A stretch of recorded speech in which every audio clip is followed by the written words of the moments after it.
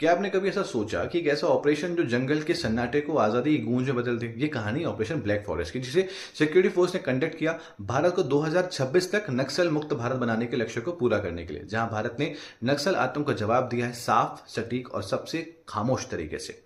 छत्तीसगढ़ के जंगलों में सालों से नक्सलवाद जड़े जमाए बैठा हुआ था। गांव डरे हुए, स्कूल बंद, विकास रुका हुआ। लेकिन फिर आता है एक प्लान, एक ऐसा ऑपरेशन जिसे बनाया गया महीनों की तैयारी, सैटेलाइट ट्रैकिंग और जाबाज सिपाहियों के जज्बे से। भाई ये जो ऑपरेशन है ये एक जवाब है नक्सलियों के खिलाफ जो उनके अटैक किए गए आज तक। जैसे छत्तीसगढ़ के दंतेवाड़ा में 76 सीआरपीएफ जवान को घेर के छुप के धोखे से मारा गया था। आज उसका हिसाब बराबर होता है और भारत अब हिसाब बराबर करने में सबसे आगे है, चाहे वो सरहद में ऑपरेशन सिंदूर चला के हो या फिर आंतरिक मामले में ऑपरेशन ब्लैक फॉरेस्ट। तो भारत के सबसे बड़े नक्सल विरोधी अभियानों में से एक छत्तीसगढ़ तेलंगाना सीमा पर कुर्रा घोटालू पहाड़ियों में चलाए गए ऑपरेशन ब्लैक फॉरेस्ट में अब तक 31 माओवादी मारे गए हैं। तो ये ऑपरेशन ब्लैक फॉरेस्ट आखिर है क्या?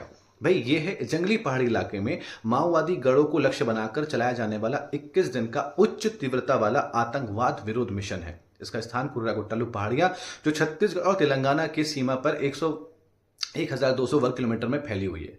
ये पहाड़ियां भद्राद्री कोडागुडेम जिले जो तेलंगाना में, सुकमा जो कि छत्तीसगढ़ जिले में है, उनकी सीमा पर स्थित है। शीर्ष माओवादी नेतृत्व को निष्प्रभावी करना और विद्रोही क्षेत्रों को पर पुनः नियंत्रण स्थापित करना ये हमारा लक्ष्य है। 31 मार्च 2026 तक हम नक्सल से मुक्त हो जाएंगे, ये हमारा उद्देश्य है। इसमें जो बल शामिल थे, सीआरपीएफ है, चाहे कोबरा है, छत्तीसगढ़ की एसटीएफ है या फिर जिला रिजर्व बोर्ड है, ये सब शामिल है। 2000 से ज्यादा कमांडोज यहां पर शामिल है। मकसद जंगल को आजाद कराना। ड्रोन ऊपर से देख रहे थे, जीपीएस ट्रैक नीचे कर रहे थे और कमांडोज चुपचाप अंदर घुसे। रात भर चली कार्रवाई में सुबह तक 30 से ज्यादा नक्सली ढेर, because India didn't just fight, India finished it.